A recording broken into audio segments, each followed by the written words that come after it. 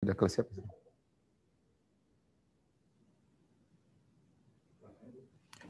Bismillahirrahmanirrahim. Assalamualaikum warahmatullahi wabarakatuh.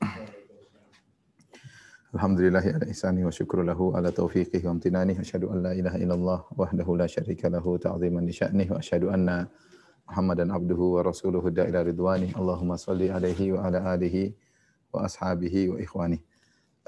Para bapak dan ibu-ibu, ikhwan dan akhwat, jemaah dari Majelis Ta'lim Denurs yang dirahmati oleh Allah Subhanahu wa taala, kita melanjutkan bahasan kita dari tafsir surat Yusuf ya. Dan kita sampai pada ayat ke-43 dan seterusnya ya. Allah berfirman, wa qala al-maliku inni ara sab'a baqaratin simanin ya'kuluhunna sab'un ijaf. Berkata sang raja, sungguhnya aku melihat dalam mimpiku sab'a baqaratin, 7 ekor sapi yang gemuk, ya'kuluhunna sab'un ijaf. Ternyata 7 sapi yang gemuk tersebut dimakan oleh 7 sapi yang kurus. Wa sab'a sumbulatin khudrin wa ukhra yabisat. Dan aku juga melihat ada 7 bulir gandum yang hijau dan 7 bulir lainnya yang kering ya. Ya ayyuhal mala'u aftuni fi ru'yaya in kuntum lirru'ya ta'burun. Maka raja berkata kepada para pembesar-pembesarnya, orang-orang terkemuka, ya ayyuhal mala', wahai orang-orang yang terkemuka, wahai para pembesar-pembesarku, para pejabat sekalian, aftuni fi ru'yaya. Terangkanlah kepadaku tentang mimpiku ini. In kuntum lirru'ya ta'burun. Jika kalian memang dapat menakbirkan mimpi. Mereka menjawab, qalu adghathu ahlam. Maka mereka menjawab, itu adalah mimpi-mimpi yang kosong saja. Wa ma nahnu bi ta'wilil ahlami bi'alimin. Dan kami tidak bisa mentakbirkan, menafsirkan mimpi-mimpi yang kosong. Mimpi tersebut tidak ada maknanya. Wa qala alladhi naja minhuma waddakara ba'da ummatin ana unabbi'ukum bi ta'wilihi fa arsilun. Setelah itu berkatalah orang yang selamat yang dipenjara kemudian yang pada pertemuan lalu sudah kita jelaskan 2 orang pemuda yang datang kepada Nabi Yusuf. Yang satu Nabi Yusuf mengatakan akan disalib dan mati, yang satunya akan menjadi pelayan raja. Pelayan raja ini akhirnya ingat dan dia berkata, dia mengatakan waddakara ba'da ummatin, setelah berapa lama dia lupa, akhirnya dia ingat, ana unabbi'ukum bi ta'wilihi fa arsilun. Aku akan mengabarkan kepada kalian tentang tafsir dari mimpi sang raja, fa arsilun. Utuslah aku menuju Yusuf ya. Izinkan aku untuk bertemu dengan Yusuf. Akhirnya dia ketemu dengan Yusuf. Yusufu ayyuhas siddiqu aftina. Dia berkata, wahai Yusuf, wahai orang yang jujur, yang selalu jujur, aftina, berilah penjelasan kepada kami ya, terangkanlah kepada kami fi sab'i baqaratin simanin ya'kuluhunna sab'un ijaf, tentang mimpi 7 ekor sapi yang gemuk yang dimakan oleh 7 ekor sapi yang kurus. Wa sab'i sumbulatin khudrin wa ukhra yabisat, juga tentang 7 bulir gandum yang hijau dan 7 bulir gandum yang kering. La'alli arji'u ila nasi la'allahum ya'lamun, semoga aku bisa kembali kepada orang-orang dan agar mereka mengetahui makna dari mimpi ini. Qala tazra'una sab'a sinina da'aban. Kata Yusuf alaihissalam, tazra'una sab'a sinina da'aban. Hendaknya kalian bercocok tanam selama 7 tahun seperti biasanya. Fama hasadtum fadharuhu fi sumbulihi. Kalau kalian sudah panen, maka biarkanlah hasil gandumnya di bulirnya. Jangan dipisahkan dari bulirnya, biar dalam bulirnya illa qalilan mimma ta'kulun. Kalian ambil sedikit saja untuk kalian makan. Thumma ya'ti min ba'di dzalika sab'un syidad. Kemudian setelah itu akan datang 7 tahun musim paceklik ya. Musim paceklik, ya'kulna ma qaddamtum lahunna illa qalilan mimma tuhsinun. Yang 7 tahun musim paceklik tersebut akan menghabiskan apa yang kalian simpan. Ya, apa yang kalian simpan kecuali sedikit yang kalian jaga, yang kalian simpan itu akan kalian pakai dan cuma tersisa sedikit. Tsumma ya'ti min ba'di dzalika 'amun fihi yughathun nas wa fihi ya'sirun. Kemudian setelah itu akan datang tahun yang padanya manusia akan diberi hujan yang cukup, wa fihi ya'sirun, dan pada tahun tersebut mereka akan memeras anggur. Ini Ikhwan dan akhwat yang dirahmati Allah Subhanahu wa taala, pada pertemuan lalu kita jelaskan Yusuf setelah beliau menafsirkan mimpi dua pemuda tersebut, yang satu kemudian dikatakan akan disalib dan meninggal, yang satunya akan menjadi pelayan raja. Setelah itu Yusuf berkata kepada pemuda yang akan menjadi pelayan raja, wa qala lil ladzi dhanna annahu najim minhuma udhkurni 'inda rabbik. Kata dia, wahai fulan, kamu akan menjadi pelayan raja. Kalau kamu menjadi pelayan raja, jangan lupa sebut-sebut aku di sisi raja. Ya, Yusuf berusaha ya, dan ini boleh. Maksudnya agar pelayan ini, karena namanya pelayan kan dekat dengan raja. Apa salahnya kalau tidak ada salahnya kalau dia ngomong sama raja tentang Yusuf, bosnya Yusuf selama ini dituduh itu tidak benar. Uzkurni inda rabbik, sebut-sebut aku di sisi tuanmu, sisi rajamu. Namun apa kata Allah? Fa ansahu syaitanu dzikra rabbih. Ternyata syaitan membuat dia lupa untuk cerita tentang Yusuf di hadapan sang raja. Fala bitha fi sijni bid'a sinin. Akhirnya Yusuf dipenjara lagi. Ada yang mengatakan ditambah lagi penjaranya selama 7 tahun gara-gara orang ini lupa. Tapi ada hikmahnya, subhanallah. Sebagian perkataan pepatah ruba dharatin nafi'an. Ruba dharin nafi'. Ruba dharin nafi'. Betapa banyak perkara yang mudarat ternyata membawa manfaat. Ya, rupanya kelupaan dari orang ini untuk bercerita tentang Yusuf kepada sang raja ternyata ada manfaatnya. Benar, akhirnya Yusuf bertambah lama di penjara selama 7 tahun. Ada khilaf di kalangan para ulama berapa lama. Tapi ternyata setelah itu ada kejadian yang akhirnya menyebabkan Nabi Yusuf alaihissalam menjadi orang hebat. Ya. Ternyata raja yang mimpi, bukan orang sembarang. Kita bayangkan seandainya orang ini tidak lupa, kemudian raja dia cerita, wahai raja, sesungguhnya di penjara ada seorang pemuda yang baik, yang soleh. Dia dituduh mau berzina padahal tidak, orangnya begini. Mungkin raja percaya bisa jadi raja tidak percaya. Apalagi yang cerita hanyalah tukang pelayan. Belum tentu raja percaya. Kalaupun raja percaya, raja bilang, oh benar dia tidak salah ya. Ya sudah, tinggal Yusuf kamu pulang. Ya sudah, Yusuf pulang, balik ke Palestina tidak jadi apa-apa. Ini kalau kita seandainya sang pelayan tidak lupa kemudian cerita tentang Yusuf, kemudian raja percaya tentang cerita tersebut, ya Yusuf hanya dibebaskan, kemudian tinggal pulang ke kampungnya Palestina dan tidak menjadi apa-apa. Tetapi ternyata tidak demikian. Setan membuat orang ini lupa, Allah mentakdirkan orang ini lupa, ya, sehingga memberi kemudaratan kepada Yusuf. Yusuf alaihissalam semakin lama di penjara, bahkan ada yang mengatakan bertambah 7 tahun. Tapi di balik penderitaan Yusuf selama 7 tahun ini ternyata ada maslahat yang besar. Ternyata setelah itu ada yang mimpi yang bikin heboh, yaitu mimpinya sang raja. Raja yang langsung yang mimpi, bukan orang sembarang. Raja yang langsung yang mimpi, dan mimpinya sangat aneh. Mimpinya sangat aneh. Dia melihat ini arasab abaqaratin. Kata sang raja, aku melihat 7 ekor sapi. Gemuk-gemuk. Ya, ya'kuluhunna sab'un ijaf. Ternyata ada 7 ekor sapi kurus yang makan. 7 sapi gemuk itu dimakan. Aneh, sapi makan sapi. Sapi yang kurus makan sapi yang gemuk. Ini apa ini? Ya. Apa maksudnya? Ya. Wa sab'a sumbulatin khudrin wa ukhra yabisa. Dan ada 7 bulir gandum yang hijau dan 7 bulir gandum yang kering. Sebagian ulama menafsirkan maksudnya 7 bulir yang kering melilit 7 bulir gandum yang basah. Karena di sini tidak disebutkan bagaimana kondisi antara 7 bulir gandum yang kering dan 7 bulir gandum yang basah. Tidak disebutkan oleh sang raja. Tapi bisa dipahami sebagaimana sapi yang kurus makan sapi yang gemuk, maka kalau bulir gandum mungkin melilit 7 bulir gandum yang kering melilitin 7 bulir gandum yang hijau, ya. Dia bingung apa arti daripada mimpi beliau. Dan Nabi Yusuf alaihissalam diutus di suatu zaman, di suatu negeri yang ketika itu mentakbir mimpi adalah suatu perkara yang lagi booming. Makanya ketika Nabi Yusuf di penjara itu 2 orang nanya tentang mimpinya, ya. Kemudian raja juga karena tahu pembesar-pembesarnya, pejabat-pejabatnya pandai menafsirkan mimpi, maka dia kumpulkan. Dia ingin tahu tafsir mimpi dia apa, ya. Ya ayyuhal mala'u aftuni fi ru'ya, ya wahai para pembesar-pembesarku, berilah penerangan kepadaku, berilah fatwa kepadaku tentang mimpiku ini. In kuntum liru'ya ta'burun. Kalau memang kalian benar-benar bisa menafsirkan mimpi. Jadi mungkin raja sering dengar bahwasanya mereka jago menafsirkan mimpi, jago mentakbirkan mimpi. Sekarang ada tantangan nih, mimpi saya seperti ini. Kalian bisa enggak menafsirkan? Apa makna dari mimpi saya? Aneh karena 7 ekor sapi kurus makan 7 sapi ekor yang gemuk. 7 ekor sapi yang gemuk. Maka apa jawaban mereka? Jawaban mereka, qalu adghatsu ahlam. Ini mimpi kosong aja.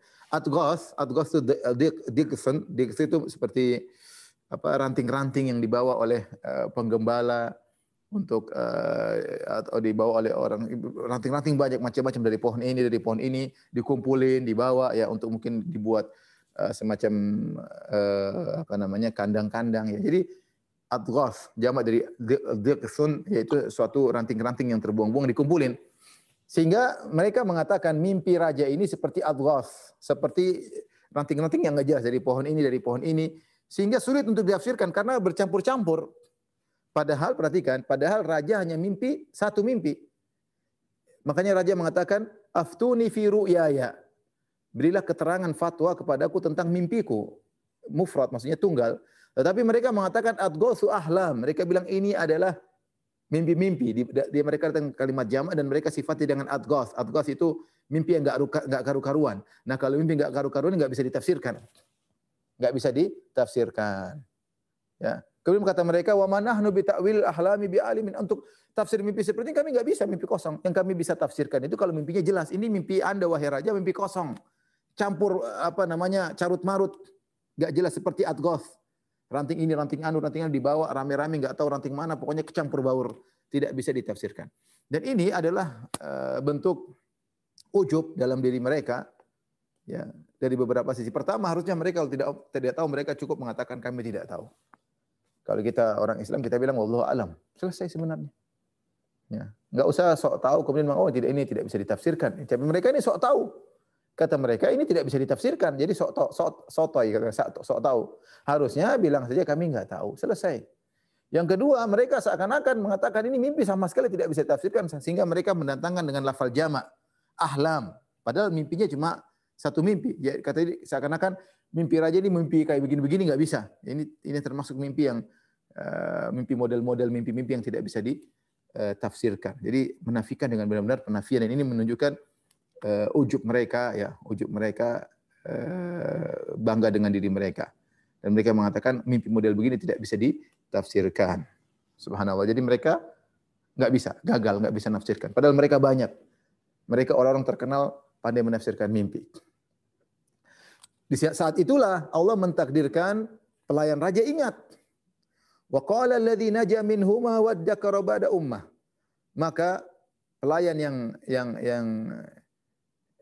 selamat yang tersebut yang karena temannya disalib yang dia selamat waddakara ba'da ummah dan dia baru ingat setelah 7 tahun berikutnya. Setelah sekian tahun dia baru ingat, subhanallah. Allah mentakdirkan dia ingat bertahun-tahun baru ingat. Oh iya. Yusuf di penjara alaihissalam jago menafsirkan. Dia baru ingat sekarang. Ana unabbiukum bi ta'wili fa'arsin. Aku akan kabarkan kepada kalian tentang tafsir mimpi ini. Biarkan saya pergi. Subhanallah. Dia mau kemana? Dia pergi ke Yusuf. Dia mau pergi ke Yusuf. Ya. Dan subhanallah kata sebagian ulama, Allah mentakdirkan dia baru ingat setelah para pejabat-pejabat itu tidak bisa mentafsirkan.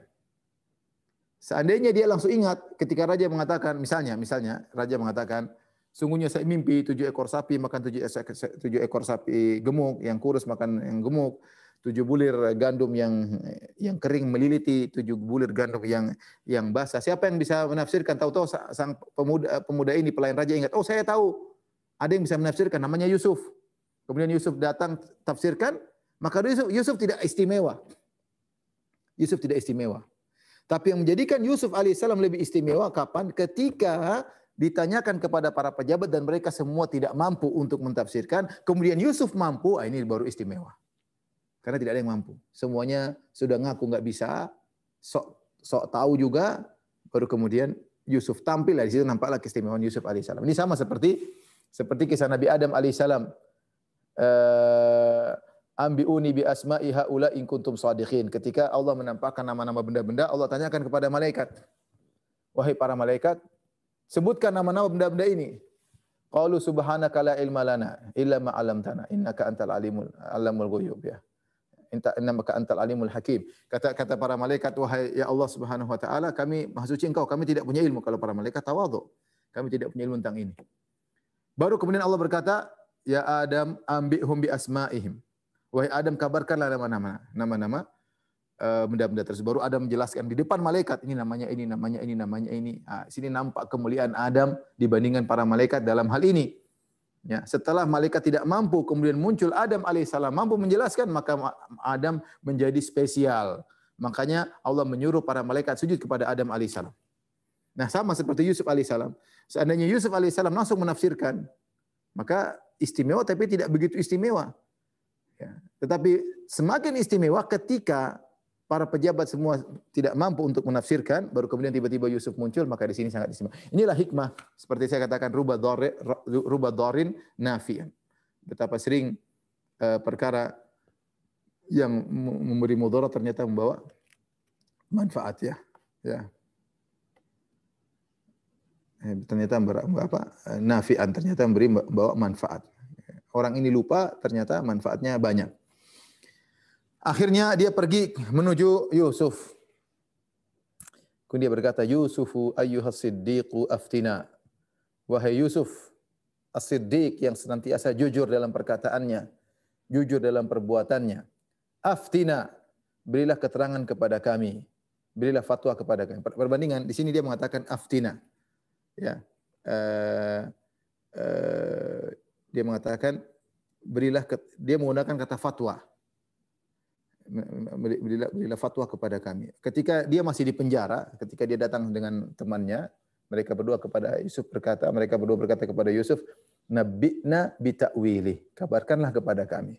Inna naraka minal muhsinin, kabarkanlah kepada aku dan temanku ini tentang mimpi kami.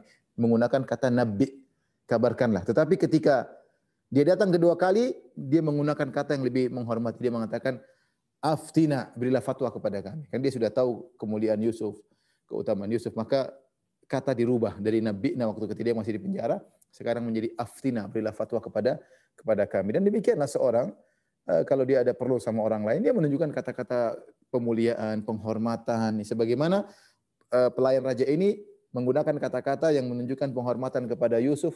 Ketika masih sama-sama di penjara, dia mengatakan nabbi'na, berilah kabar kepada kami, sekarang ganti, berilah fatwa kepada kami. Karena Yusuf kedudukannya tinggi.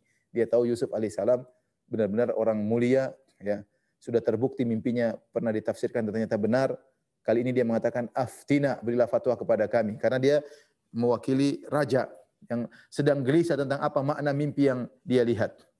Aftina fi sab'i baqaratin simanin ya'kuluhunna sab'un ijaf wa sab'i sumbulatin khudrin wa ukhra yabisat. Berilah fatwa kepada kami tentang 7 ekor sapi gemuk yang dimakan oleh 7 ekor sapi kurus, dan tentang 7 bulir gandum yang hijau yang terlilit oleh 7 bulir gandum yang kering.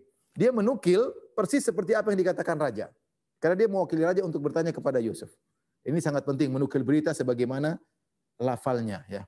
Karena terkadang sebuah orang nanya kepada ustadz, bukan dia ngalami, tapi dia nukil tanya orang, ternyata pertanyaannya keliru sehingga jawaban bisa keliru. Ini pentingnya seorang ketika mengetahui masalah, kalau bisa dia menukilkan secara lafal itu lebih selamat. Dia menukilkan sebagaimana lafalnya, karena kalau ada perubahan lafal bisa jadi fatwa berubah. Ya, apalagi berkaitan dengan mimpi, dia persis sab'i baqaratin simanin ya'kuluhunna sab'un ijaf wa sab'i sumbulatin khudrin ukhra yabisat. Persis 7 ekor sapi dimakan 7 yang gemuk, dimakan 7 ekor sapi yang kurus, 7 bulir gandum yang hijau dililit oleh 7 bulir gandum yang kering. La'alli arju ila nasi la'allahum ya'lamun. Semoga aku kembali kepada orang-orang agar mereka tahu apa tafsir mimpi ini, ya. Ya, ingin jawaban darimu. Subhanallah. Nabi Yusuf alaihissalam, ya, Nabi Yusuf alaihissalam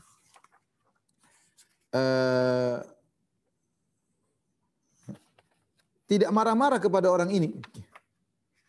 Dia tidak mengatakan, kamu ngapain aja 7 tahun baru muncul lagi. Sekarang ada perlu baru datang sama saya. Kamu lupa sama saya. Nabi Yusuf tidak marah sama sekali kepada orang ini kan boleh kita katakan menjengkelkan. Dia lupa kepada Yusuf. Yusuf sudah pernah berbuat baik kepada dia, kemudian dia sudah jadi pelayan raja. Dia lupa cerita tentang Yusuf kepada sang raja, ya. Ya. Dia lupa cerita kepada sang raja tentang Yusuf alaihissalam. Kalau Yusuf marah sama dia, maka itu hak Nabi Yusuf alaihissalam. Tapi Yusuf alaihissalam adalah seorang pemaaf, sangat pemaaf. Meskipun akibat orang ini lupa dia harus dipenjara 7 tahun, tapi dia menerima takdir. Ini tidak marah-marah sama orang tersebut. Dia tidak kasih syarat. Dia tidak, saya mau tafsirkan, syaratnya saya bebas dulu. Enggak. Yusuf langsung sampaikan. Subhanallah. Betapa baiknya Nabi Yusuf alaihissalam. Makanya akan kita sampaikan Nabi SAW ketika menjelaskan tentang sifat pemaaf. Nabi Muhammad SAW bercinta Nabi Yusuf. Karena orangnya sangat pemaaf. Ini orang harusnya diomelin. Ente 7 tahun kemana aja? Sampai saya setengah mati, ente tidak ingat, ente jadi pelayan enggak pernah tengok-tengok saya. Enggak pernah ceritain tentang saya di raja. 7 tahun saya menderita. Enggak, Nabi Yusuf tidak marah sama sekali, tidak mencela orang itu sama sekali, tidak nyinyir. Kemana aja lu? Enggak nyinyir. Langsung dia jawab. Dia mengatakan, sebenarnya apa tafsir mimpi ini? Tafsir mimpi ini maksudnya adalah 7 sapi gemuk, maksudnya adalah 7 tahun musim panen. 7 sapi kurus maksudnya adalah 7 tahun masa paceklik. 7 tahun masa paceklik. Itu. 7 bulir gandum yang hijau maksudnya adalah 7 tahun masa panen. 7 bulir gandum yang kering maksudnya 7 tahun masa paceklik. Yang di mana akan habis makanan semua gara-gara 7 tahun panen itu akan habis semuanya gara-gara 7 tahun panen paceklik. 7 tahun paceklik. Sebenarnya tafsirnya cuma itu saja. Ini maksudnya mimpi itu begini, selesai. Tetapi lihat bagaimana baiknya Nabi Yusuf alaihissalam. Nabi Yusuf bukan hanya menafsirkan arti mimpi tersebut, tetapi bahkan dia memberi solusi. Dia tidak mengatakan, maksud mimpi raja itu akan ada 7 tahun musim panen, 7 tahun musim paceklik. Sudah, sampaikan raja, itu mimpinya. Ternyata tidak. Ternyata Nabi Yusuf alaihissalam bukan hanya menafsirkan mimpi, bahkan dia kasih solusi. Dia bilang apa? Qala tazra'una sab'a sinina da'aban. Kalian bercocok tanam selama 7 tahun seperti biasanya. 7 tahun kesempatan musim panen, tanam banyak-banyak. Ya. Da'aban sebagaimana yang kalian lakukan. Da'ab maksudnya kebiasaan kalian lakukan. Ya. Fama hasattum, kalau kalian sudah panen, jangan kalian makan semuanya.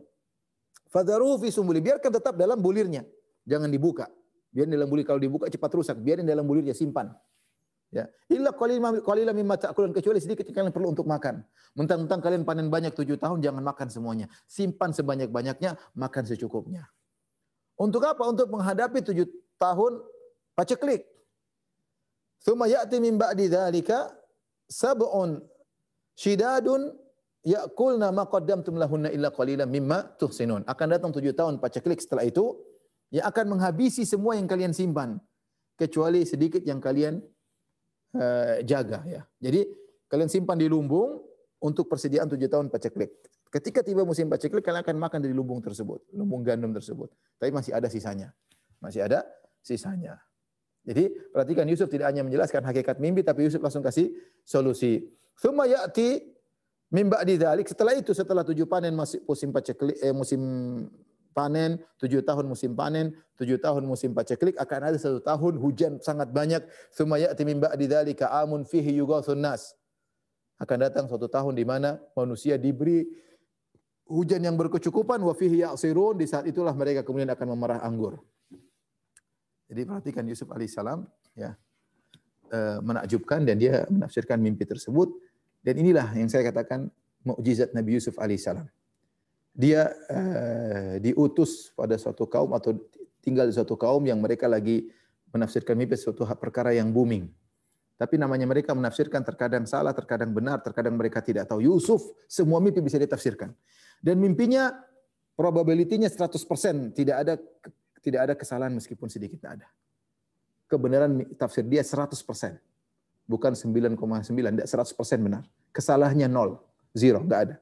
Ini disinilah mukjizat Nabi Yusuf alaihissalam. Orang-orang soleh saja terkadang nafsir, terkadang salah. Seperti di dalam hadis ada seorang datang kepada Nabi SAW. Dia mengatakan, Rasulullah, sungguhnya aku bermimpi kepalaku dipotong. Kata Nabi, setan bermain dengan padahal sahabat orang soleh. Dia nggak tahu mimpinya, dan dia di dalam mimpi begini-begini. Apa maknanya dia bingung. Kata Nabi, setan sedang bermain dengan engkau, ya, diganggu setan. Demikian juga ketika ada seorang bermimpi, kemudian Abu Bakar berusaha menafsirkan. Kata Abu Bakar, saya menafsirkan demikian ya Rasulullah. Kata Rasulullah SAW, asabta ba'dhan wa akhta'ta ba'dhan. Kau benar sebagian dan salah sebagian. Nah, kalau Abu Bakar radhiyallahu taala anhu yang dijamin masuk surga terkadang menafsirkan benar sebagian, salah sebagian, apalagi kita. Ya, kata Rasulullah SAW, asabta ba'dhan wa akhta'ta ba'dhan. Ini Abu Bakar loh yang nafsirkan. Kata Nabi, kau benar sebagian, salah sebagian. Nah, kalau Abu Bakar saja yang dijamin masuk surga, orang terbaik di umat ini setelah Nabi SAW, yang kata Nabi SAW, la wuzina imanu Abi Bakar ma imanil ummah la raja imanu Abu Bakar. Kalau ditimbang imannya Abu Bakar dengan ditimbang dibandingkan dengan imannya umat, lebih berat imannya Abu Bakar, itu pun menafsirkan bisa salah. Dan Nabi mengatakan, akhta'ta ba'dan, kau salah sebagian, kau benar sebagian. Apalagi dengan kita. Namun Yusuf alaihissalam ketika nafsirkan enggak ada salah sama sekali. Benar. Benar. Kenapa Nabi Yusuf mengatakan dzalika mimma 'allamani rabbi. Aku mampu menafsirkan mimpi ini karena Allah yang ngajarin aku. Nah, ini mukjizatnya Nabi Yusuf. Ini apa mukjizat Nabi Yusuf? Di antara mukjizatnya mungkin tampannya ya. Tampannya enggak di atas ambang normal, saking setengah ketampanan pada Nabi Yusuf alaihissalam. Di antara mukjizat Nabi Yusuf yang lagi booming ketika itu adalah mimpi. Dan sebagaimana pada saya sampaikan, Ibnu Katsir menyebutkan bahwasanya dalam kitab Al-Bidayah wan Nihayah bahwasanya mukjizat para nabi berkaitan dengan apa yang sedang booming di zaman tersebut. Seperti Nabi Musa alaihissalam diberi mukjizat di mana tongkat bisa menjadi ular, kemudian tangannya bisa mengeluarkan cahaya. Ketika itu lagi booming sihir. Yang sihir itu ada pengkhayalan, kemudian ilusi mata dan yang lainnya ya. Nabi Musa mendatangkan suatu perkara yang mirip sihir tapi bukan sihir, tapi asli, benar-benar kayu berubah menjadi ular. Sehingga akhirnya para penyihir yang berduel dengan Nabi Musa masuk Islam karena mereka tahu ini bukan sihir. Kalau sesama penyihir mereka tahu ini sihirnya hebat. Tapi mereka tahu ini bukan sihir. Sehingga mereka akhirnya beriman kepada Nabi Musa alaihissalam. Ya, dia karena lagi booming masalah sihir di zaman Nabi Musa, maka Nabi Musa punya mukjizat yang mengungguli semuanya. Sama seperti Nabi Isa alaihissalam diutus oleh Allah Subhanahu wa taala di suatu zaman di mana lagi booming masalah pengobatan. Masalah medis lagi booming, orang sembuhkan penyakit ini, ada obat ini, obat anu. Nabi Isa datang dengan mukjizat. Dia tidak pakai obat, orang buta disentuh melihat kembali. Ini medis yang mengalahkan medis ya, karena yang mukjizat. Orang yang kena penyakit sopak disentuh sembuh. Bahkan mayat bisa dibangkitkan oleh Nabi Isa kemudian meskipun terkubur lagi, tapi siapa yang bisa menyawa udah mati kemudian hidup lagi? Udah mati mungkin bertahun-tahun hidup lagi, enggak ada. Jadi Nabi Isa diutus dengan suatu mukjizat yang cukup membuat orang harusnya beriman ini pasti utusan Tuhan, karena kalau bukan utusan Tuhan enggak bisa melakukan demikian. Demikian juga Nabi Muhammad SAW diutus di zaman ketika orang-orang Arab lagi booming tentang kefasahah bahasa, tentang balaghah, tentang keindahan gramatik dari bahasa. Subhanallah, Nabi Muhammad SAW diutus Al-Quran. Ini itu bukan karangan Muhammad, tapi firman Allah Subhanahu Wa Taala. Dan Allah menantang mereka untuk mendatangkan seperti Al-Quran. Mereka tidak bakalan mampu. Qul la in ijtama'atil insu wal jinnu ala ya'tu mithli hadzal Qur'an la ya'tuna bimithlihi walau kana ba'dhum li ba'dhin dhahira. Katakanlah kalau seandainya seluruh jin dan manusia bersatu padu untuk mendatangkan semisal Al-Quran, mereka tidak bakalan bisa melakukannya meskipun mereka saling bahu-membahu ya. Jadi Nabi Muhammad mukjizatnya pada Al-Quran, karena ketika itu lagi booming jago-jagoan syair, bahkan mereka lomba syair, bahkan beri hadiah bagi orang yang syairnya terbaik ya. Tetapi di zaman Nabi Yusuf alaihissalam lagi booming apa? Lagi booming tafsir mimpi. Tapi namanya tafsir mimpi orang sering benar, kadang sering salah, kadang tidak tahu. Adapun Nabi Yusuf tahu semua tafsir mimpi dan tidak ada kesalahannya sedikit pun. Benar 100%. Yang menakjubkan di sini, Nabi Yusuf alaihissalam bukan hanya bicara tentang mimpi, bahkan dia bicara lebih daripada mimpi. Mimpi kan cuma 7 tahun musim 7 tahun musim panen, 7 tahun musim kering. Tapi dalam tafsirnya Nabi Yusuf mengatakan akan ada 1 tahun setelah itu. Jadi setelah 14 tahun, di mana 7 tahun musim panen, kemudian 7 tahun musim paceklik, ada 1 tahun itu hujan deras banyak. Ini sama sekali tidak disebut dalam mimpi raja. Nabi Yusuf menunjukkan saya punya ilmu yang kalian tidak tahu. Ini benar-benar kayak wahyu dari Allah Subhanahu Wa Taala. Karena mengenai 1 tahun yang situ banyak hujan tidak disebutkan dalam mimpi raja. Tapi Nabi Yusuf bisa menyebutkan tentang kelaziman setelah 7 tahun paceklik akan hilang semuanya dengan 1 tahun yang situ musim hujan, bahkan di situ orang-orang akan memerah anggur. Terutama yang bertanya adalah pelayan raja yang dia memerah anggur untuk raja, ya. Memerah anggur untuk raja. Ini menunjukkan Yusuf menunjukkan dia tahu apa yang mereka tidak tahu, ya. Subhanallah.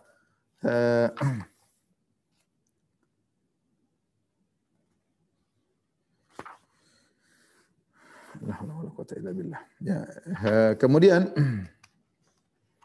setelah itu akhirnya raja tertarik ya. Raja tertarik ya untuk memanggil Nabi Yusuf alaihissalam ya.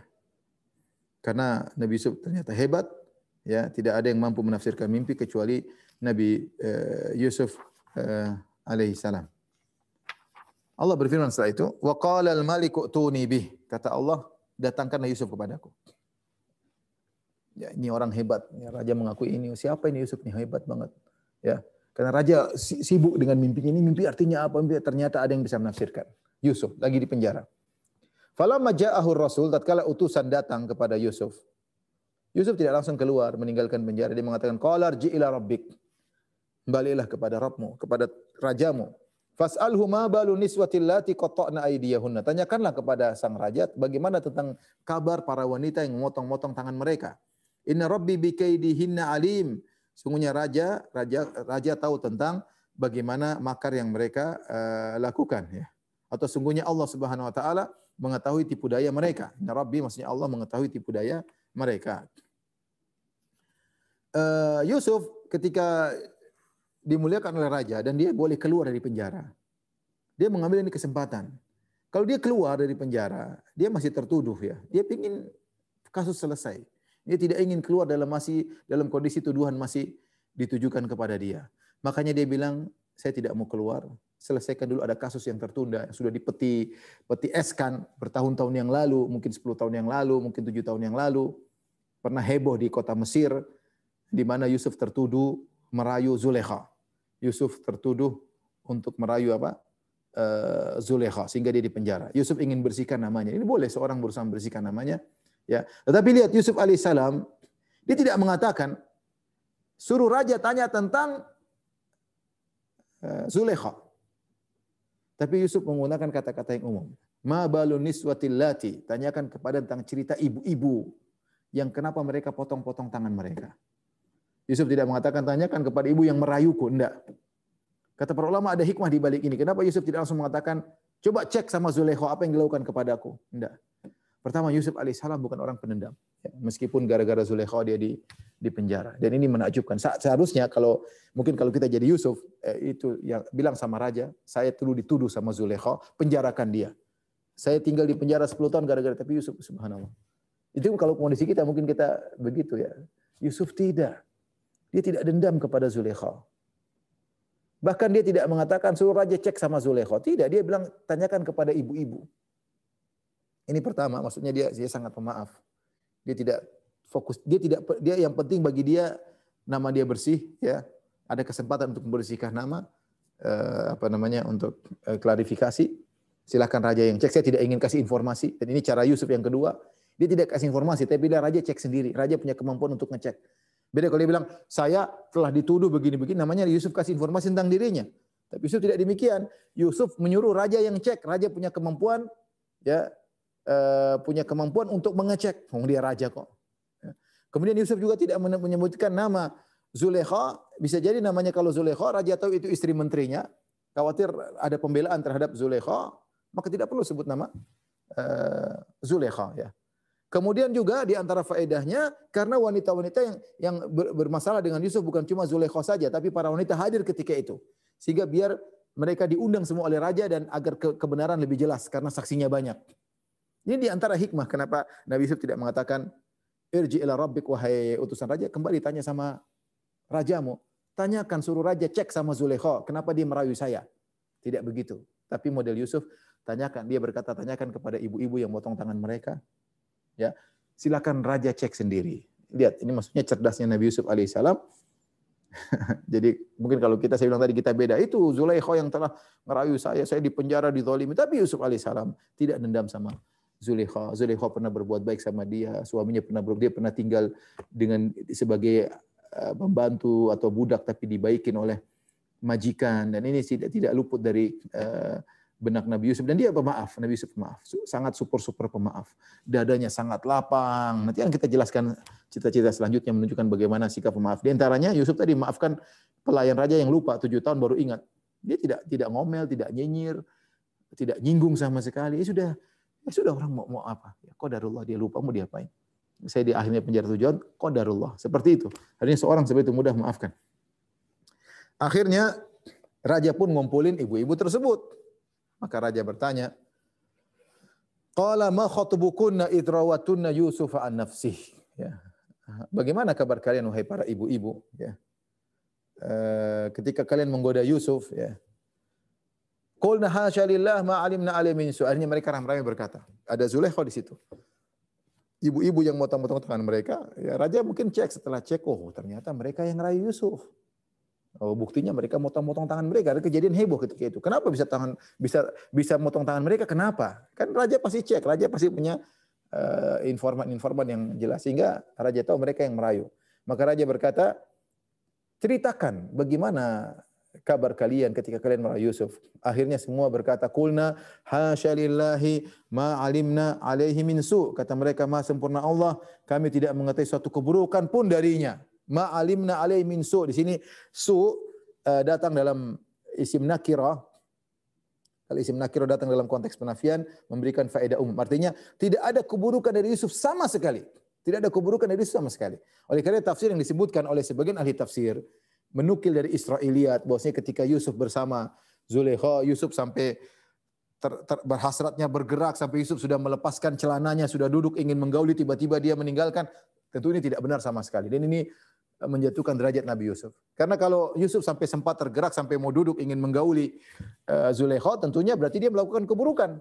Sementara mereka mengatakan Yusuf sama sekali tidak ada keburukan sama sekali. Tidak ada menggoda, tidak ada melirik, tidak ada sama sekali. Benar-benar dia yang digoda oleh para wanita dan dia tidak ada rayuan balasan, enggak ada.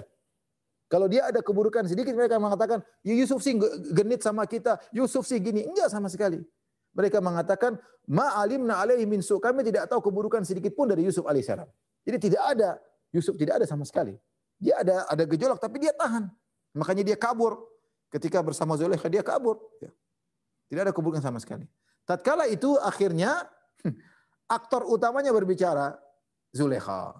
Qalat imra'atul, saya sering bilang Zulaikha untuk memudahkan karena tidak ada riwayat yang sahih yang mengatakan namanya Zulaikha. Ada yang bilang namanya lain, tapi dia asalnya Imratul Aziz, istri sang menteri. Tapi orang sering menyebut Zulaikha. Ini sekedar untuk mudah mengidentifikasikan saja ya. Tapi adapun nama dia Zulaikha enggak ada dalilnya ya. Maka berkatalah Zulaikha, al-an hasal haq. Sekarang baru jelas kebenaran. Setelah sekian lama, mungkin 7 tahun, 10 tahun, Yusuf tertuduh bahwasanya dia merayu para wanita, para ibu-ibu.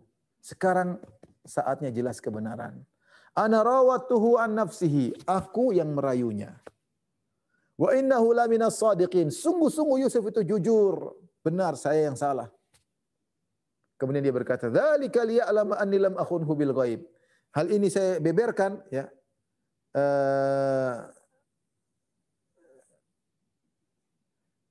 Saya beberkan ya agar dia mengetahui bahwasanya aku tidak berkhianat kepadanya di belakangnya. Lam akhunhu bil ghaib. Ini ada khilaf apa maksud perkataan yang mengatakan demikian. Dzalika liya'lama anni lam akhunhu bil ghaib.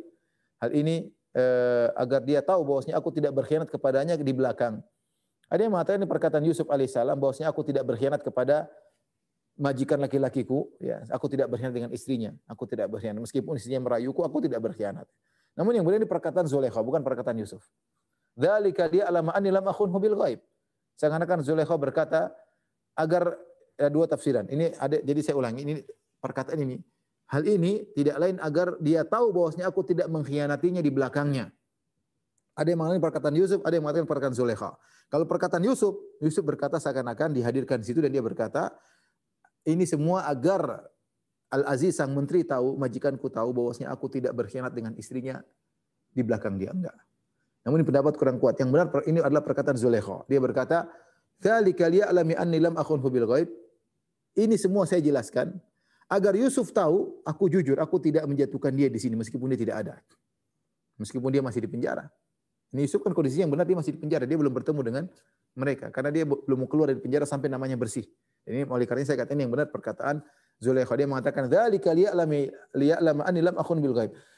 Saya jelaskan ini agar Yusuf tahu aku tidak berkhianat kepadanya meskipun dia tidak hadir dalam majelis kita. Sebenarnya akulah yang merayu dia. Pendapat kedua tentang perkataan Zulaikha, dia mengatakan, "Dzalika liya'lama anni lam akhun bihi," agar suamiku tahu, aku hanya sekedar merayu Yusuf namun tidak terjadi apa-apa, tidak sampai terjadi perzinahan, tidak ada. Tidak ada, tidak ada terjadi ciuman, tidak terjadi tidur, enggak ada, tidak ada semuanya. Hanya sekedar saya merayu dan Yusuf kabur. Yusuf tidak mau sama sekali. Ya. Makanya agar suamiku tahu aku tidak berkhianat di belakangnya, tidak terjadi apa yang terjadi, tidak. Hanya sekedar saya merayu dan dia tidak mau, tidak sampai terjadi yang parah. Ya.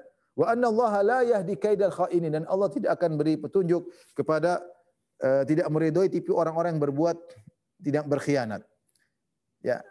Ketika Zulaikha mengatakan demikian, seakan-akan dia mengucapkan kata-kata yang menunjukkan dia orang baik, dia suci. Maka dia timpali agar tidak disangka dia orang suci, dia berkata, "Wa ma ubarri'u nafsi." Ya. Dia berkata, "Wa ma ubarri'u nafsi," dan aku tidak membebaskan diriku dari kesalahan. "Inna nafsa la'ammaratun bisu." Sungguhnya nafsu itu selalu menyuruh kepada keburukan. "Illa ma rahima rabbi."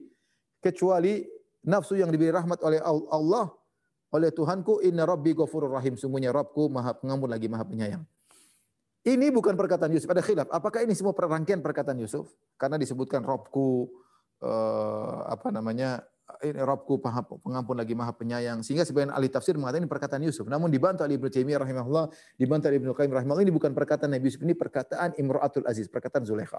Karena kalau kita bilang ini perkataan Yusuf, sungguhnya coba kita bayangkan ini perkataan Yusuf.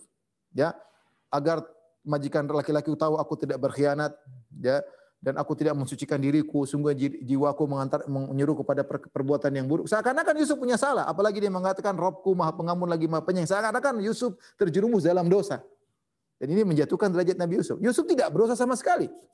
Bahkan dia hebat, maka disebutkan mangkobahnya, manakibnya dalam Al-Quran, bagaimana dia selamat dari kabur dari godaan Zulaikha, bahkan kabur dari godaan para ibu-ibu seluruhnya. Dan ini luar biasa bagaimana seorang laki yang masih muda, syahwatnya bergelora, kemudian bisa mengalahkan syahwatnya, tidak memenuhi panggilan para wanita-wanita tersebut. Tapi kalau kita bilang ini perkataan Nabi Yusuf dengan mengatakan inna nafsala ammaratum bisu, sungguhnya jiwa itu menyuruh kepada keburukan, sungguhnya Rabbku Maha Pengampun lagi Maha Penyayang, seakan-akan Yusuf berdosa.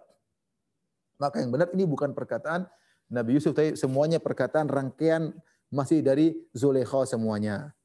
Ya, yang mengatakan dari awal sampai akhir semuanya Zulaikha. Dari al-an hasal haq ana rawat, sudah jelas sekarang telah nampak kebenaran, itu semua perkataan Zulaikha sampai inna rabbi ghafurur rahim, Rabbku Maha Pengampun lagi Maha Penyayang. Nah, timbul pertanyaan, kalau ini perkataan dari Zulaikha, apakah Zulaikha beriman kepada Allah Subhanahu wa taala? Jawabannya iya. Dia beriman tapi dia melakukan kesyirikan. Makanya ingat ketika kita bahas tentang ketika ketahuan Zulaikha kabur dengan Nabi Yusuf, ketahuan suaminya, kemudian ketahuan ternyata Zulaikha yang merayu karena baju koyak dari belakang, maka apa kata suaminya? Yusuf a'rid an hadza. Wahai Yusuf, berpalinglah engkau dari kejadian ini. Jangan sebut-sebut. Sudah berpalinglah engkau. Wastaghfiri li dzambik. Adapun engkau wahai istriku, wastaghfiri li dzambik, mohon ampunlah atas kesalahanmu. Innaki kunti minal khatiin, kau salah. Ingat suaminya bilang wastaghfiri li dzambik. Kau istighfarlah atas kesalahanmu. Ini isyarat bahwasanya dia beriman kepada Allah, cuma tercampur dengan kesyirikan. Ya, makanya dia mengatakan inna rabbi ghafurur rahim, sungguhnya Rabbku Maha Pengampun lagi Maha Penyayang, seakan-akan saya berbuat salah, semoga Allah mengampuniku. Oleh karenanya Tahir bin Asyur menjelaskan bahwasanya kisah raja yang dihadapi oleh Nabi Yusuf bukan Fir'aun, bukan Farainah. Karena kalau Fir'aun yang ada di zaman Nabi Musa setelah ini, jauh setelah Yusuf, ya, Yusuf kemudian baru zaman Nabi Musa, adalah suku Akbat, suku Kibet. Suku Kibet itu sukunya Fir'aun. Ramses I, Ramses II dan seterusnya disebut dengan Farainah, Fir'aun. Sehingga penguasa di zaman tersebut disebut dengan Fir'aun. Punya gelar namanya Fir'aun, seperti kalau penguasa di Habasyah namanya Najasyi, kalau penguasa di di Romawi namanya Kaisar misalnya, penguasa di Mesir dari suku Kibet namanya Fir'aun. Tetapi dalam kisah Nabi Yusuf, Allah tidak menggunakan waqalal Fir'aun, tapi Allah berkata waqalal maliku, berkata sang raja.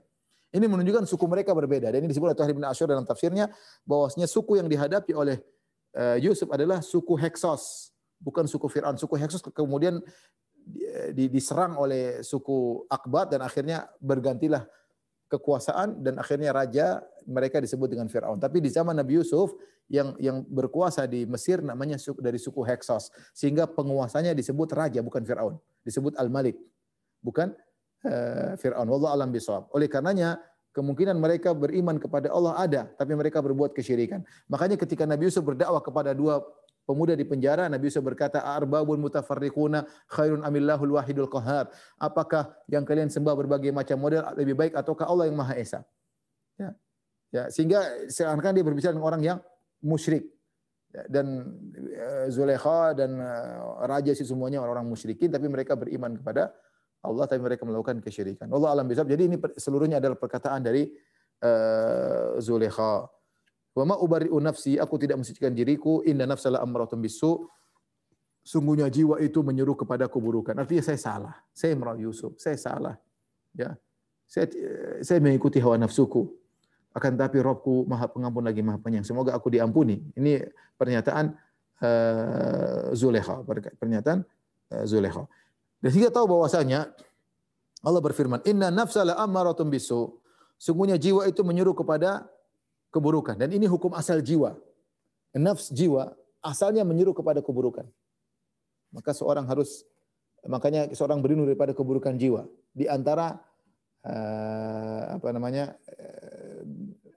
pembukaan mukaddimah kalau Nabi berceramah dia mengatakan wa na'udzubillahi min syururi anfusina.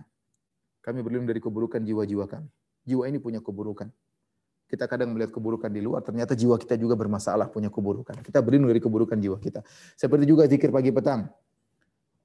Allahumma fatiras samawati wal ard alimal ghaibi wasyahada rabb kulli syai'in wa malika asyhadu an la ilaha illa anta a'udzubika min syarri nafsi wa syarri syaitani wa syirki. Aku berlindung, pagi petang kita baca, aku berlindung kepada keburukan jiwaku. A'udzubika min syarri nafsi. Jiwa itu hukum asalnya menyuruh kepada keburukan. Innan nafsa la ammaratun bisu. Jiwa itu menyuruh kepada keburukan. Nah, kalau orang sudah melawan jiwanya, ya, jiwanya menyuruh kepada keburukan, dia lawan, maka naik derajat jiwanya berubah menjadi an-nafsul lawamah. Apa itu nafsul lawamah? Para menjelaskan artinya secara bahasa nafsul lawamah itu yang Allah sebutkan la uqsimu bihadzal la uqsimu biyaumil qiyamah wa la uqsimu bin nafsil lawamah. Aku bersumpah dengan jiwa yang mencela. Nafsul lawamah itu jiwa yang mencela. Ketika seorang melakukan maksiat, dia ikuti nafsul ammarah bisu, tapi ketika dia melakukan maksiat, jiwanya mencela. Kamu kenapa maksiat? Kenapa begini?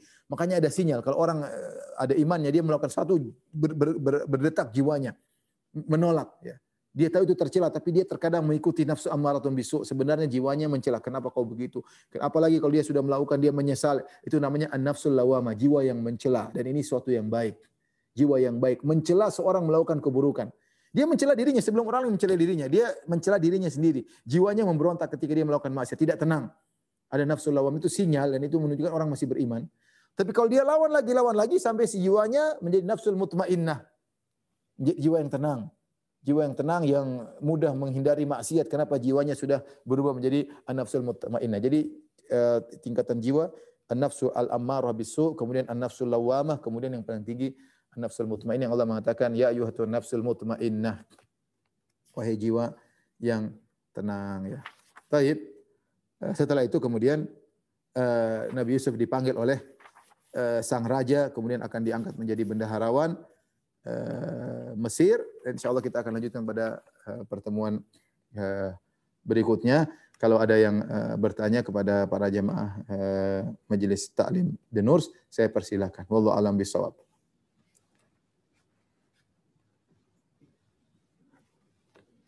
Iya Ustaz. Silakan. Assalamualaikum warahmatullahi wabarakatuh. Pak Ustaz, Ana ingin bertanya, gimana cara supaya diri ini bisa istiqomah datang ke kajian lagi? Yang sebelumnya datang cuma 3 bulan sekali. Terima kasih.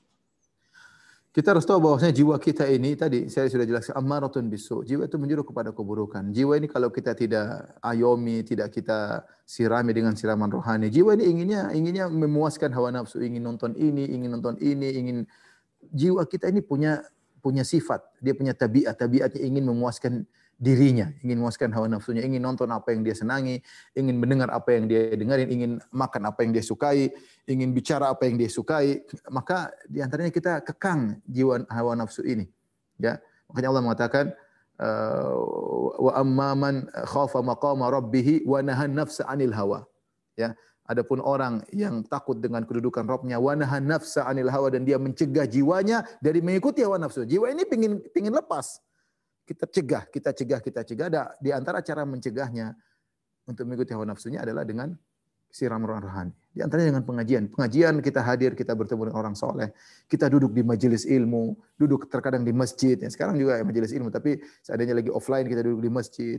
Subhanallah, rahmat turun kepada kita. Bukankah Nabi SAW mengatakan, majtama'a qaumun fi baitin buyutillah, yatluna kitaballah, wa yatadarasunahu bainahum illa nazalat alaihimus sakinah, wa ghasyiyat bihir rahmah, wa hafat bihimul malaika wa dzakarahumullahu fi man indah. Tidaklah suatu kaum duduk di suatu majelis dalam rangka mempelajari membaca ayat Allah, mempelajari. Kita dari baca ayat Allah tadi.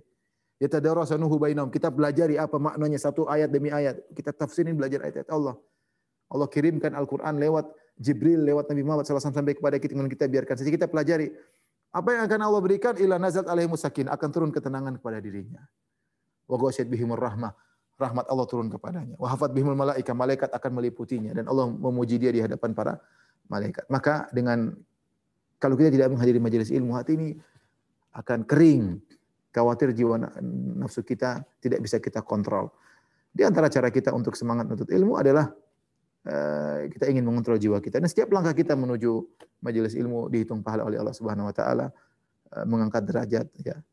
Dan Rasulullah SAW bersabda, man salaka tariqan yaltamisu fi ilmin sallallahu bihi lahu tariqan ilal jannah. Barang siapa melangkahkan kaki menuju majelis ilmu, Allah mudahkan langkah kakinya menuju surga. Oleh karena itu Allah mengatakan cara termudah untuk masuk surga di antaranya dengan menuntut ilmu. Jadi semangati diri, banyak faedah dari majelis ilmu, kita dapat rahmat, dapat ketenangan, bertemu dengan orang-orang soleh, duduk di masjid, ya, mendengar lantunan ayat Allah, mendengar penjelasannya, dan ini semua adalah bekal kita bertemu dengan Allah di akhirat kelak. Allah alam bisawab. Selanjutnya, apa boleh kita mempercayai mimpi buruk dan boleh tidak kita menceritakan mimpi kita bila mimpinya tentang keburukan saudara atau orang tua? Kita dalam syariat ada aturannya. Kalau kita mimpi baik kita boleh cerita dan ceritakan kepada orang yang saleh. Kalau kita ingin ditafsirkan, kalau enggak ya, kita bisa ya enggak perlu, yang penting mimpi baik alhamdulillah. Kalau kita mimpi buruk maka tidak boleh cerita kepada orang. Cukup kita auzubillahi minasyaitonirrajim. Kalau kita terjaga, Rasulullah suruh membuang ludah sebelah kiri ya. Terus kita berta'awudz kepada Allah Subhanahu wa taala, berubah posisi tidur, kita sedang diganggu oleh syaitan. Ya, kalau mimpi buruk enggak usah cerita. Bagaimana sikap kita? Sikap kita adalah kita menghadapi dengan tawakal kepada Allah. Jalankan kegiatan kita, ya, misalnya kita mimpi buruk ada apa-apa ya sudah, kita jangan cerita sama orang. Kita setengah cuek kepada mimpi tersebut, karena itu setan ingin kita sedih, setan ingin kita gelisah. Lawan dengan tawakal, bertawakal kepada Allah, lebih dekat kepada Allah, baca doa mau keluar rumah, berzikir kepada Allah. Enggak usah cerita sama orang, tidak boleh kita cerita kepada orang lain karena setan senang kalau kita cerita kepada orang dan khawatirnya benar-benar jadi. Khawatirnya benar-benar jadi, karena itu Rasulullah larang kita bercerita keburukan kepada orang lain. Ya, cukup kita bilang auzubillahi minasyaitonir rajim, kita lawan dengan tawakal. Wallahu a'lam bishawab. Bagaimana caranya agar selalu menundukkan pandangan?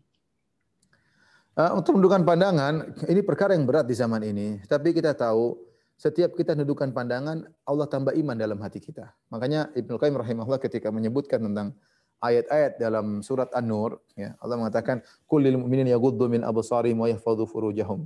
Dzalika azka lahum minallahi khabirum bima yasna'un wa qul lil mu'minati yaghuddna min absarihinna wa yahfadhna furujahunna wa la yubdina zinatahunna," dan seterusnya, ila ma dhahara minha. Kata Allah, katakanlah kepada para lelaki, tundukkan pandangan mereka. Allah tahu apa yang mereka kerjakan. Katakanlah kepada wanita, tundukkan pandangan mereka. Setelah itu Allah sebutkan beberapa ayat, Allah mengatakan Allahu nurus samawati wal ardh.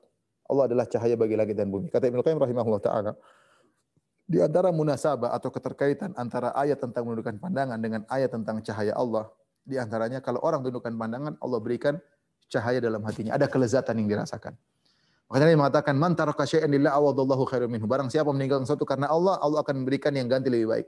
Dia lihat sesuatu menarik. Kita laki-laki suka lihat kecantikan, suka lihat yang menimbulkan hawa nafsu dan macam-macam. Namanya itu wajar. Tapi kalau kita tundukkan karena Allah Subhanahu wa taala, kita palingkan, kita tahu kita tergerak hasrat kita, kita balikkan pandangan kita, maka Allah akan berikan kebahagiaan kita. Saya katakan di antara orang yang misalnya dia sudah berkeluarga, kalau dia suka mengumbar pandangan, istrinya jadi hambar, istri yang tadinya cantik jadi jelek. Di antara kebahagiaan yang Allah cabut adalah kebahagiaan dia bersama istrinya. Tapi kalau dia tundukkan pandangan, Allah akan berikan kepuasan istrinya. Mungkin biasa-biasa tapi kelihatan cantik. Allah buat matanya melihat dia cantik. Allah buat dia bahagia dengan istrinya. Allah buat dia enjoy dengan istrinya. Karena dia menundukkan pandangan. Ada kebahagiaan yang Allah berikan pada dia. Belum lagi tambah iman dalam hatinya. Ya, tapi kalau dia umbar pandangannya, maka itu bisa hilang semua kebahagiaan ini. Tidak ada pernah kepuasan. Matanya selalu jelalatan. Lihat ini tidak pernah puas. Lihat anu tidak pernah puas. Allah cabut kebahagiaan. Oleh karenanya para ulama mengatakan, pandangan haram adalah sahmun min sihami syaitan, adalah panah yang dilepaskan oleh iblis. Kalau kita melepaskan pandangan kita mengumbar, seakan-akan iblis memanah kita dan panah tersebut masuk di jantung kita dan tidak lepas-lepas. Ini panah kalau sudah melukai jantung kita, akan menimbulkan hal yang lain yang lebih buruk. Kenapa? Itu perkara yang buruk, ya, apalagi orang nonton macam-macam, akhirnya benar-benar tersimpan dalam hatinya, terpatri dalam hatinya, sulit untuk hilang. Kenapa? Sudah terluka dengan panah iblis. Maka seorang bertakwa kepada Allah, berusaha tundukkan pandangannya dalam rangka menjalankan perintah Allah Subhanahu wa taala. Percuma lihat sana sini, percuma. Saya sering bilang, ngapain kita lihat sesuatu yang cantik mungkin tidak bisa menikmati. Lihat ada cewek cantik kita ngelihat, istri orang, terus kita mengapain? Ngiler doang, enggak ada manfaatnya. Kita sudah enggak bahagia, istri yang ada di rumah tidak bisa kita nikmati, tidak bisa kita merasa puas karena kita yang nakal, mata kita jelalatan. Tapi intinya kita bertakwa kepada Allah. Nabi berkata, "Man taraka syai'an lillah, awadallahu khairan minhu." Barang siapa meninggalkan sesuatu karena Allah, Allah akan berikan yang lebih baik. Jika Anda menundukkan pandangan karena Allah, Allah berikan kebahagiaan dalam hati Anda dengan berikan cahaya dalam hati Anda. Allah alam bisawab. Selanjutnya, kenapa orang lebih suka berbuat buruk daripada berbuat baik? Tadi karena jiwa itu tadi kata inna nafsa la ammaratun bisu. Hukum asal jiwa ingin menyuruh kepada keburukan. Jiwa ini ingin memuaskan hawa nafsunya. Ini orang ingin senang-senang, ya, dia ingin kebahagiaan, ingin kelezatan yang disegerakan, pengin lihat ini, pengen dengar musik-musik, pengin joget-joget, pengin ngobrol sama cewek, pengin nonton yang tidak-tidak, pengin minum khamar, jiwa ini pengin puas ya. Tapi padahal dia tidak pernah puas. Ya. Kebahagiaan bukan di situ. Kebahagiaan nafsul mutmainnah yang lebih bahagia. Semua orang sepakat, saya katakan, semua orang sepakat dalam agama manapun. Orang yang lebih bahagia adalah orang yang lebih dekat dengan Tuhannya. Meskipun di agama apapun. Apalagi Islam. Ya. Lihat orang-orang yang memuaskan hawa nafsunya. Dia menyangka itu kebahagiaan, padahal mereka hidup menderita. Buktinya mereka banyak bunuh diri, banyak stres, minum obat penenang, tidak bisa tidur, gonta-ganti cewek, gonta-ganti istri, broken home, rusak semua anak-anak jadi kacau. Dia jiwa seperti itu. Jadi jiwa itu punya sifat ingin memuaskan hawa nafsunya dan itu hukum asal jiwa. Inna nafsa la'ammaratun bisu. Wajar jika jiwa ingin yang maksiat itu wajar, tapi dilawan. Karena tugas kita di atas muka bumi ini adalah untuk beribadah kepada Allah, melawan hawa nafsu. Wa amma man khafa maqama rabbih wa nahan nafsa 'anil hawa. Adapun orang takut kepada Rabbnya dan mencegah jiwanya dari mengikuti hawa nafsunya. Allah alam bisawab. Setelah Nabi Yusuf diangkat menjadi bagian dari kerajaan Firaun, Nabi Yusuf kemudian mengajak keluarganya untuk tinggal di negeri Mesir. Tetapi kemudian mereka diusir dari Mesir. Nabi Yusuf dan keluarganya kemudian dijanjikan tanah di wilayah Palestina. Apakah itu benar, Ustadz? Karena peristiwa tersebut menjadi bagi umat Yahudi atau Israel mati-matian merebut wilayah Palestina sekarang. Nanti mungkin kita bahas, belum lanjut ceritanya. Nanti kalau Nabi Yusuf sudah selesai, baru kita akan sebutkan. Yang jelas bahwasanya Nabi Yusuf bukan diangkat Firaun tapi raja, kemudian jadi raja, kemudian dikasih tanah. Justru keluarganya pindah dari Palestina menuju ke Mesir. Dari Palestina menuju ke Mesir. Kemudian Nabi Yusuf Nabi Musa akhirnya kabur membawa Bani Israel karena diintimidasi oleh Firaun ya. Di zaman Firaun itu ratusan tahun setelah Nabi Yusuf alaihissalam. Ya, baru kemudian mereka pergi menuju Palestina. Tapi insya Allah nanti akan datang penjelasannya setelah pada pertemuan berikutnya insya Allah. Allah alam bisawab. Mungkin pertanyaan terakhir kalau masih ada.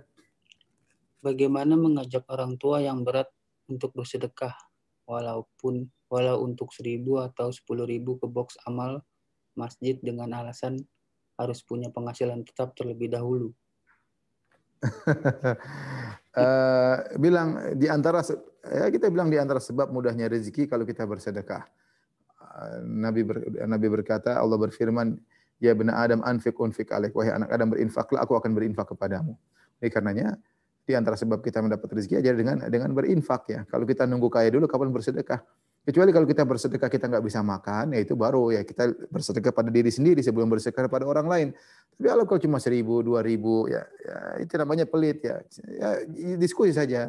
Ayah, ibu, masa 1.000 aja nggak bisa? Nggak ngaruh kita sedekah 5.000, 10.000 nggak ngaruh. Nggak harus tunggu punya kekayaan, nggak harus punya penghasilan tetap. Para sahabat dulu mereka tidak punya penghasilan tetap, mereka dagang nggak jelas ada uang atau tidak, mereka bersedekah. Karena sedekah itu adalah banyak keuntungannya. Pertama, di akhirat kita akan dijadi naungan menaungi kita. Yang kedua, di dunia kita akan dimudahkan rezeki. Sebab-sebab rezeki di antaranya dengan kita bersedekah. Wallahu a'lam bishawab. Ini saya bisa sampaikan kepada Majelis Taklim Nur. Mudah-mudahan kita lanjutkan lagi 2 pekan lagi masih dalam tafsir surat Yusuf. Kurang lebih saya mohon maaf. Wabillahi taufiq wal hidayah. Assalamualaikum warahmatullahi wabarakatuh. Waalaikumsalam warahmatullahi wabarakatuh.